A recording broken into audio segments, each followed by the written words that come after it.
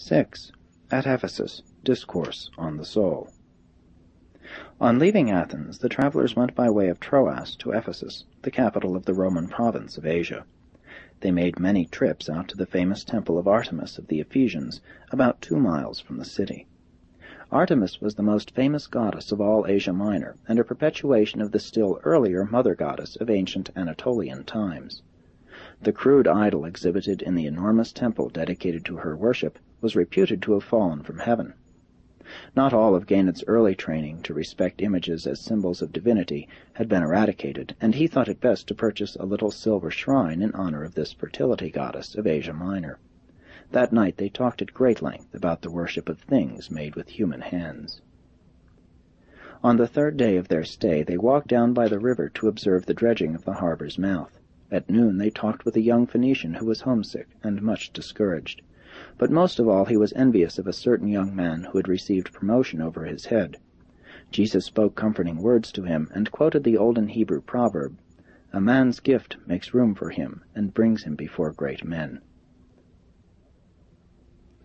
Of all the large cities they visited on this tour of the Mediterranean, they here accomplished the least of value to the subsequent work of the Christian missionaries. Christianity secured its start in Ephesus largely through the efforts of Paul, who resided here more than 2 years, making tents for a living, and conducting lectures on religion and philosophy each night in the main audience chamber of the school of Tyrannus. There was a progressive thinker connected with this local school of philosophy, and Jesus had several profitable sessions with him. In the course of these talks, Jesus had repeatedly used the word soul. This learned Greek finally asked him what he meant by soul, and he replied, "The soul is the self-reflective, truth-discerning, and spirit-perceiving part of man which forever elevates the human being above the level of the animal world. Self-consciousness in and of itself is not the soul. Moral self-consciousness is true human self-realization and constitutes the foundation of the human soul. And the soul is that part of man which represents the potential survival value of human experience. Moral choice and spiritual attainment, the ability to know God and the urge to be like Him, are the characteristics of the soul. The soul of man cannot exist apart from moral thinking and spiritual activity. A stagnant soul is a dying soul.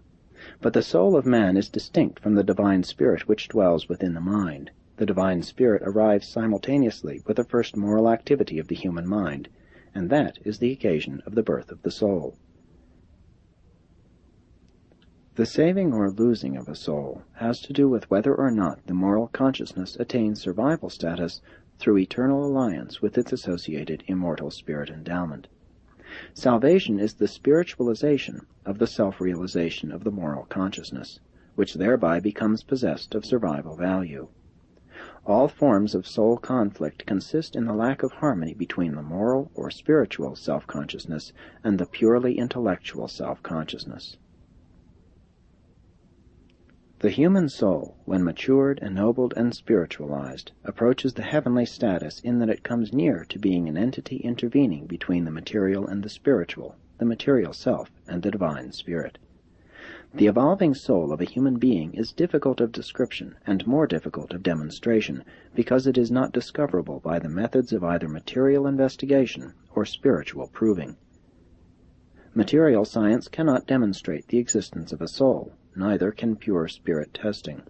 Notwithstanding the failure of both material science and spiritual standards to discover the existence of the human soul, every morally conscious mortal knows of the existence of his soul as a real and actual personal experience.